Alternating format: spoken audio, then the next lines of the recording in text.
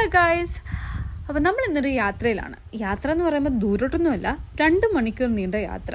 Ipswich, അവിടാണ് കാർത്തിക്കിൻ്റെ cousin താമസിക്കുന്നത്. കുറേ നാട്ടിൽ പോകണമെന്ന് വിചാരിച്ചു, ഇന്ന് എന്തായാലും പറ്റി. അവിടെ ചെന്നപ്പോൾ ശരിക്കും ഞങ്ങൾക്കായിരുന്നു സർപ്രൈസ്. ഞങ്ങളുടെ ആനിവേഴ്സറി ആയിരുന്നല്ലോ.